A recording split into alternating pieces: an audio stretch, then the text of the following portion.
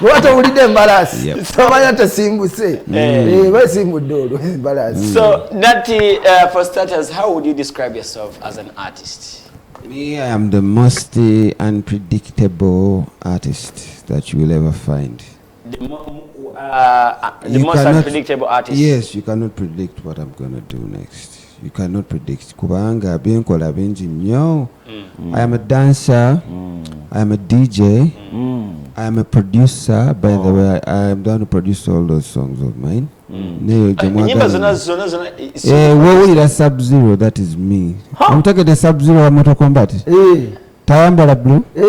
Yes, that is me. So I am an actor, I am a songwriter. You have acted in some movies? Yeah, wala movies. Ejibaita Damala Jendi.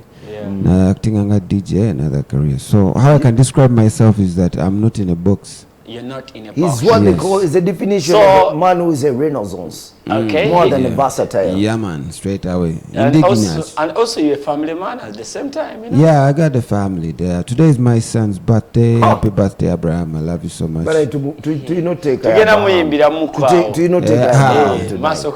I'm from the PS5.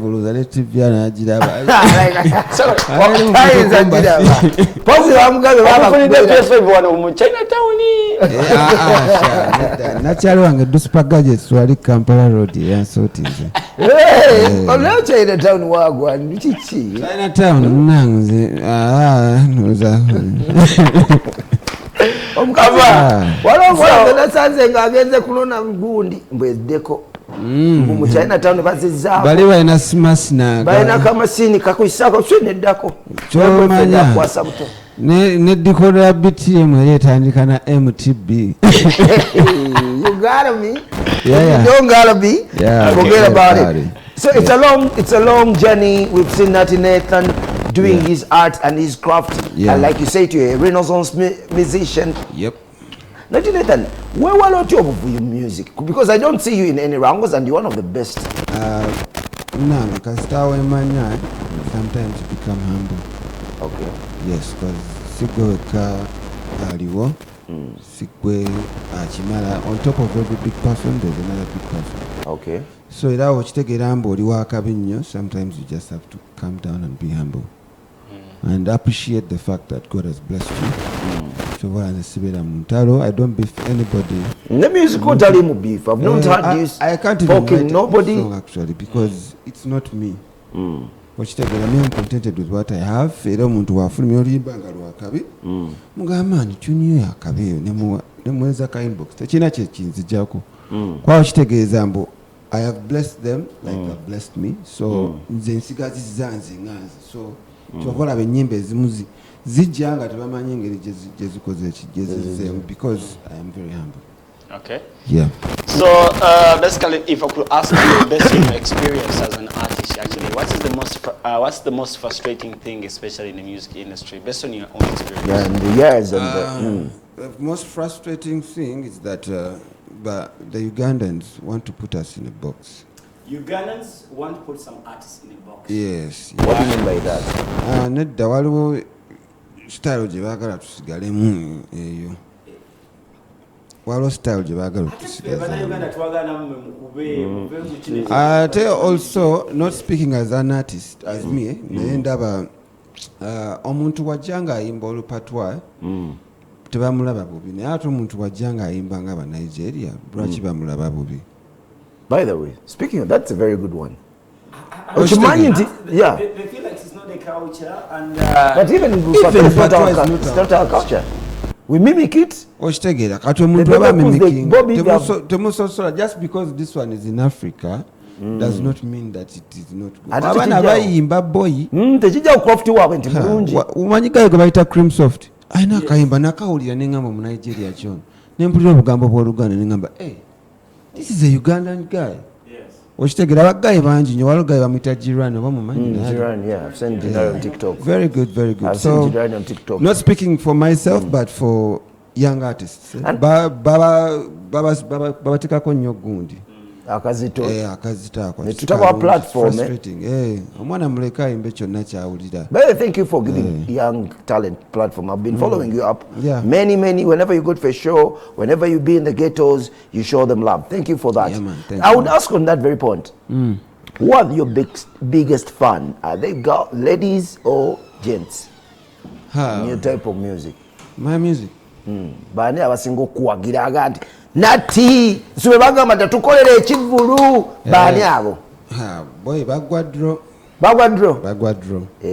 kibi oli mu dancehall abasajja baagala ekidancehall ate n'abakazi abalina nyash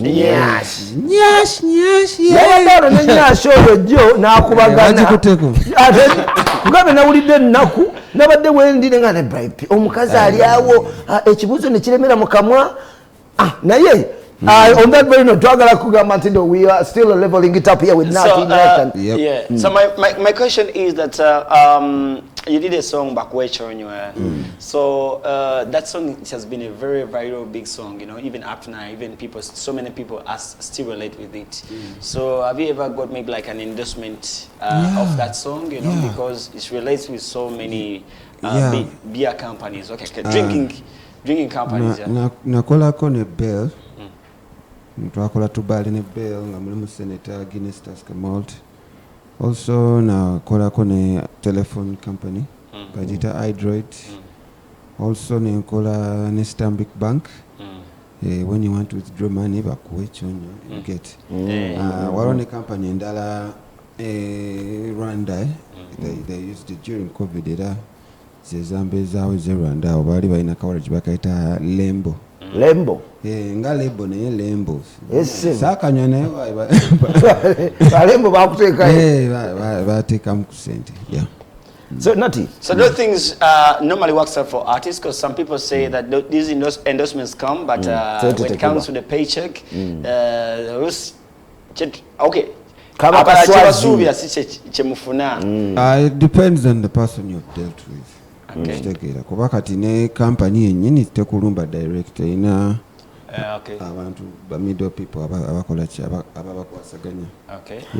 Nutty, I'm going to be a little provocative maybe, if you may forgive me, but again I don't want to forgive me because it's a truth.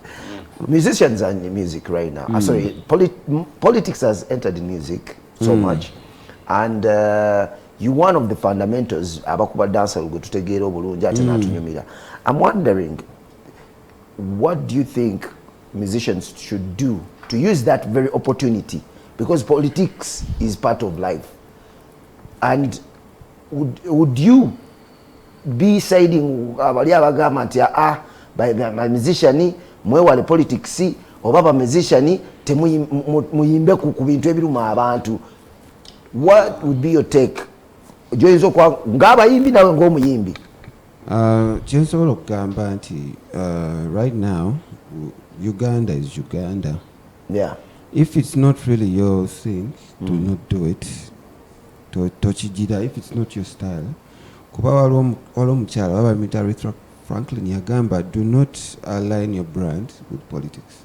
Don't align a brand with politics. Yes. Katinda kwawe nyini. Nze nga muna Masaka, muganda wange Kenzo ali mukati advisor. Is he aligning a brand with politics? How could he manage that? Okay, some people need politics to keep their brands. Some people need politics to keep their brands. Some don't. Does it make omuntu ayetaga politics to sustain his brand? Abanga music wachi wogwe what ayinza okuba nga music wayogera ku biruma abantu nga wala Bobby Wine yagira nga bikwata ku bantu ebiriwo era weyesimba balaba mbu yoli for 20 years abadde ayimba undekembeyo mama kitegeera, so it aligns with the daily life.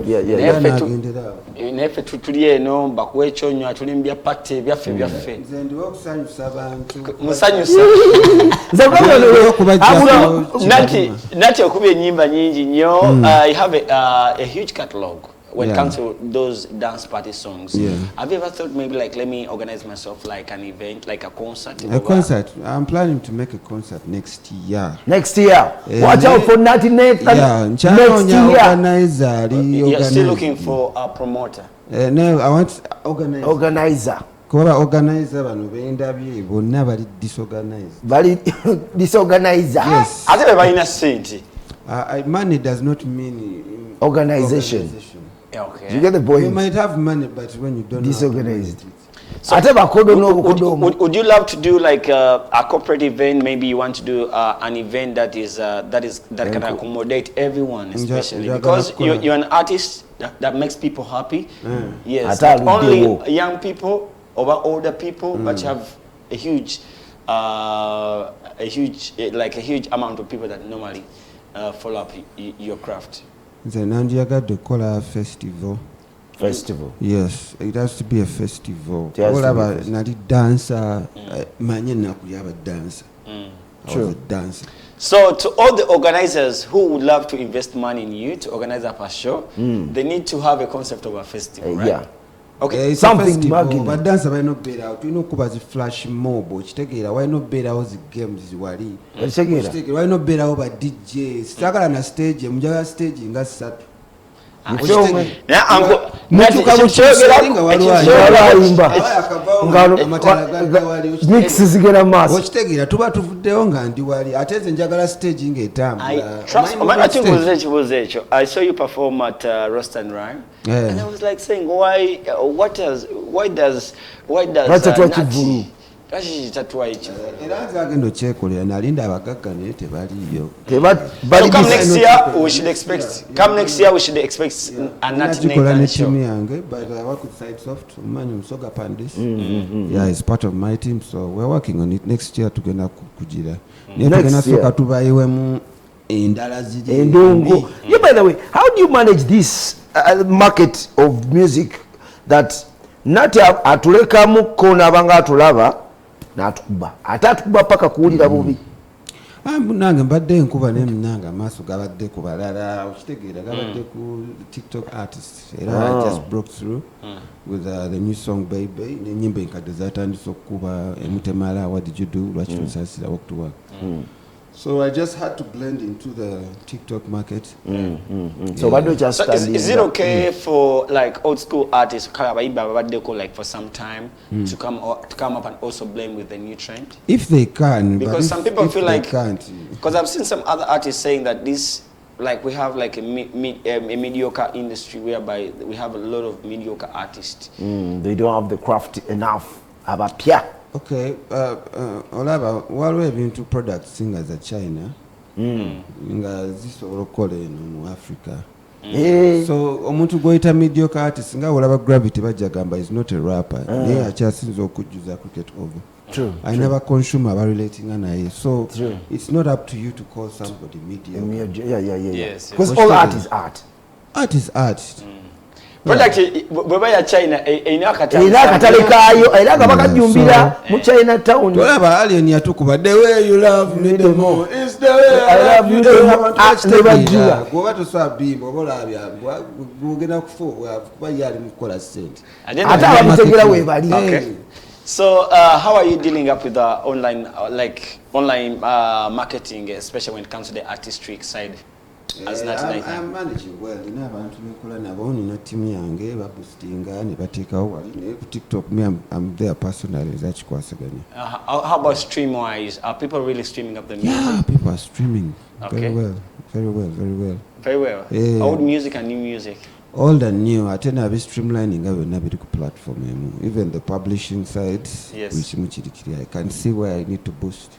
Okay. Funa report metadata byonna mbifuna. Okay. Yeah. So among all these sites, where are you mostly streamed? Is it YouTube or maybe Spotify or Apple, iTunes? I think it is How We Biz, Spotify, Okay. Audiomack. Okay. Yeah. Audio Mark. So our brother is doing very well, actually. Okay. Let's have like two to three questions. Yeah. Then we Now, in the period of time mubadde mu ndongo nakulabako nga wave ya good life ekyaliwo nnyo ng'ate naawe oli nnyo ne kati mu late age gitulimu eno era oli nnyo kintu ki kyolabe mu ndongo nga kiri so frustrating kyogamba this I've seen and it is frustrating the industry. Well, olaba gundi trends zakyuka nze kyendaba ekiri frustrating sometimes is abantu balina ekikwate ngenda kuddayo eyo abantu balina ekikwate mbu if you make a hit song you have to do this and that and that. I feel like it's very frustrating. Kiringa omuntu aba alina concert oba ani akibateekamu bw'olina okugenda mu wino oyite mu gaali. No, I don't think that is necessary. Omuntu oba mumwagala mumumanyi wa wagenda okubeera okitegeera mujje mumuwagire mumulabire ddala lwaki mumwagala atambula atagire akujjukiza omuntu bw'omutuukirira situmye nesitukidde drive ebikola kitegeera kuba omuyimbi bamumukooya wanatukira okuyimba nga takyasobola nakoye kuba kati ayinza okuba ng'ayita mu bantu ne bamukubangako agenda okutuuka wali ng'ali mu bantu 12 kati abantu abamu bakikola informal marketing. It's not a proper way of marketing. Okay. I've seen artists who have done their concerts nga tebakoze ekintu. True. Airini namubitu teyakola right teyajjuza nati oli mu federation ngendayo naye mikwano gyange naye nga tomwoli ninayo mikwano gyange olinayo mikwano gyo wafuna ku looni ya federation abalina mikwano mwe mwafuna be baŋŋamba tewafuna kasente. What is your take? Are we looking at a federation that is chasing copyright because that's the one yali just ya federation kuba atandikira omugendo guno? Do you think bakyali ku mulamwa ng'ogwo alina emikwano gyo oba olaba it is now getting sides of based on the way Okay. In simple terms, what's your take about these music uniting bodies from the UMA side to the federation side? Do you think that they have a way of uplifting up the industry, or maybe you feel like maybe somehow it is more of politics? They do have a way of uplifting the industry. For Zibunga Bayimbi, but we are not united. At first. Are you now? Yes. Yeah, because walo umbrella nene kati federation. But DJs mwaina gundi ya mugamba kati tugenda muzanya mwina musosawo mutamuzanya. True. Uchitegera nga promoter nabo bayina ba manager bayina nenga bayimbi tebayina. Okay. Federation ndaba at least egasa abantu ate omusajja yagenza afuna amayinja. Yes, I used to go to meetings. First time I was there, Nabanja was there, then Nobat Maungawali, Nekatidaba, presidential advisor based on creative. So that means he's now the voice for the creatives. Yes, he does not need to meet these other people. Direct to the chief. Okay. Now, ngatana mutwala mu break. Nyala mubuza kana akabuzo wadde bakambuza. Nutty Neithan church kuba kubakazi. What do you like about a woman? Kindness. Kindness. Yes. So you mean omwana wajjanga nyashi tobitunulira? Take away your nyashi. I like kindness. You like a woman who is kind. Nati omukyala jali waka. Omukyala wagamba wamulemesa kati takyayima n'endongo.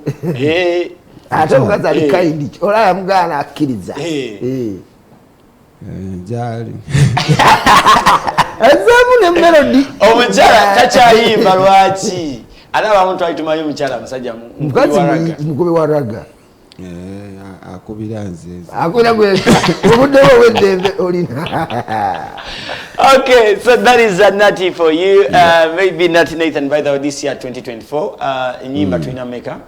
Nyimba nabatera yawo gundi akubisa magundi naye bayita baswajizanya ku TV. Okay, yes. Okuba mukone piano. Magic touch yagizanye gundi. Naye kubayo ne piano kati nabaletedde ya TikTok kati ngenda kuba non stop ekijja kyonna just mwe setting a settings. Okay. Preparing for the show. Is dancehall alive? Very much so. So very much so. Yeah, and I came here to correct even the dancehall. Now this is dancehall. Dancehall. Yep.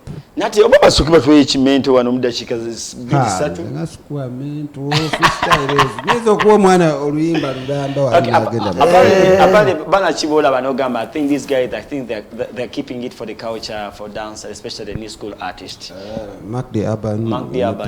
But I need chivulu nga 14 December. Nutty Neithan is my brother, by the way. Yeah. Yeah, I remember you embraced him by the time you were starting up, actually. Yes, I'm the one who did that TikTok thing that went viral. Yeah, I remember, yes. Nutty Neithan is there. Viper ranking, What do you think, Gaza? Gaza jali kawempe style chimaye tubayo. Okay. Then there is also Alien Skin. Yeah, Alien Skin, but he doesn't do dance. He's not a dancer, artist. How about Mudra the Viral? Mudra is viral dancer. Dancer. According to Vampino, Mudra dancer tamutegeera. Jukira mumanyi Red Rat. Yes. Well, it's come the music that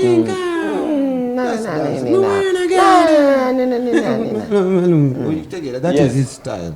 Okay. Vampino style ya Elephant Man. You give me love another everything you know. That is it's all dancer. Okay. Ate goli mu style yachi. Zezo nazikuba. Era muwulira. Zenazikuba. Kati ngabo akuba style zonna. Should we expect an mbale ngubuuza gwenga kwa style zonna leero umanyize mpitako wetulowooza ne bakuwa obwa advisor to the big man, what would you be advising? Tuwaye nsonga bbiri zewali agadde o advising omukulu nsonga y'omuziki omukulu kyensobola mugamba asooka ajjeyo bakulu banne mu ntebe zaffe kuba saawa zaffe abato naffe tugire okitegeera asooka agwa bakulu bonna abazeeyi bonna if you are above 40 go away. Nutty mu myaka ja 40 agamba yagalamu abatali 40 abali above 40 bawumule engeri gyakubiremu akubye nnyo ate nkubye kuba kati abaveewo kuba waliwo entire cabinet yonna oba ogigobye naye n'omukoleramu anedda ngamba eri mu music omuntu agogeza owadivise aba UPRS abo bonna baveeyo abakulu abo basooka baleka abato UPRS. Speaking of UPRS, wafunako walefunye ku kusete ya UPRS? No. bagamba temuzikima bukimi. Tebalina na kagundi kapima. Tebalina kapima. Ka measuring nti ono muziki we kuba wano nnyo. So bawa gafula. We are out of time. It's about that time we celebrate people that are having their birthdays. There was an age, Mutabani wa Finai together celebrating a we have here our very own Ruby Echo. By the way, she's a very good friend of yours. She's called Ruby. She loves your music so much. So today she happens to be a very special day in her life. Where does it find So, my producer, if we are good to go, it's about that time we sing to all the September babies. If you know you're celebrating your birthday on a day like this, we'd love to say happy birthday. So as my producer gets ready with those pictures, maybe Nutty Neithan, as we have 3 months to wrap up the year. Is this the last release of the year over? Actually, I'm going to studio from here. Are you planning an album because you produce at the same time you write your music? Okay. Album tuzirekere ba Joshua Baraka ko NJC. Yes sir. Kitegeera nze kuba single when atira album yange mujja kimanyi. Nga buli kimu masabu kye. But I think that's a good approach. I've collaborated with very many artists. I'm talking about you have CoinJC. Yes, I have a song with CoinJC. By the way, you released an album as well. Yes. Ninaka nyimba biri. At the end of the year, at the end of last month. Yeah. Yes. Ninaka the album